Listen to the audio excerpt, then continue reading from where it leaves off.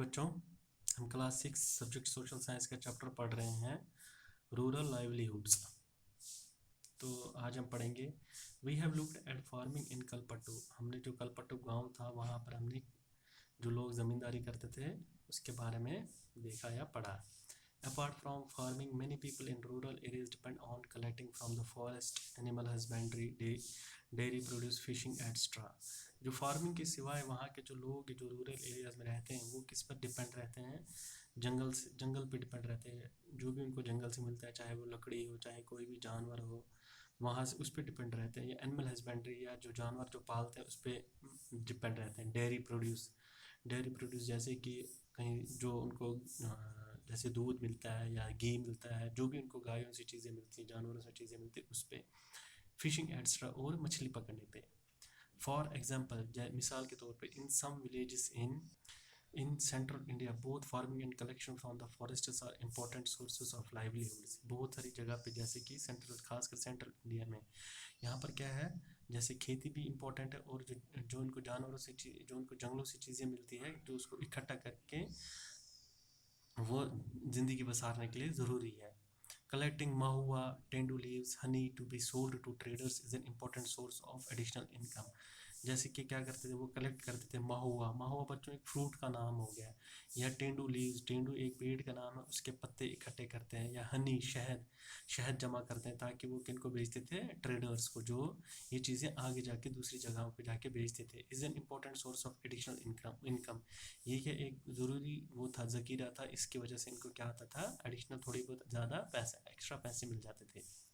Similarly, selling milk to the village cooperative society or taking milk to the nearby towns may be the main source of a livelihood for some families। और कुछ families थे, कुछ परिवार थे, वो क्या करते थे कि वो दूध बेचते थे, या तो किसी कोऑपरेटिव को दूध बेचते थे, या जो आसपास उनके कस्बे टाउन होते थे उनमें दूध बेचकर वो अपना ज़िंदगी बसर कर लेते, अपना गुजारा करते थे। In the coastal area we find fishing villages. जो कोस्टल जो समुद्र के किनारे जो एरिया होते हैं वहाँ पर क्या लोग, वहाँ पे हमने क्या देखें, बहुत सारे लोग क्या करते हैं, मछली पकड़ते हैं।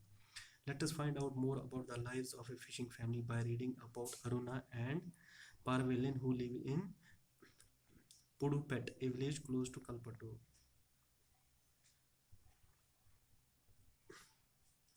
Let us find out more about the lives of a fishing family by reading about Aruna and Parivilan who lived in Pudupat, a village close to Kalpattu।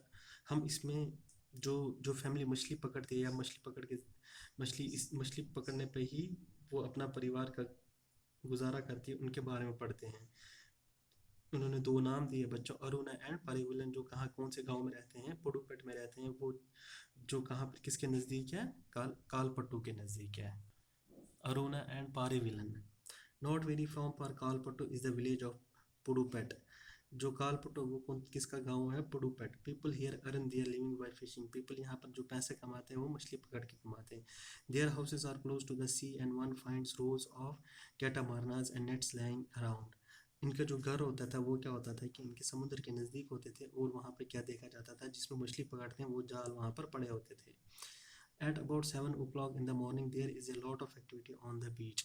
लगभग सुबह 7 बजे जो जहाँ पर ये समुद्र है, जो बीच है उसके ऊपर 7 बजे लगभग सुबह बहुत चहल पहल होती है।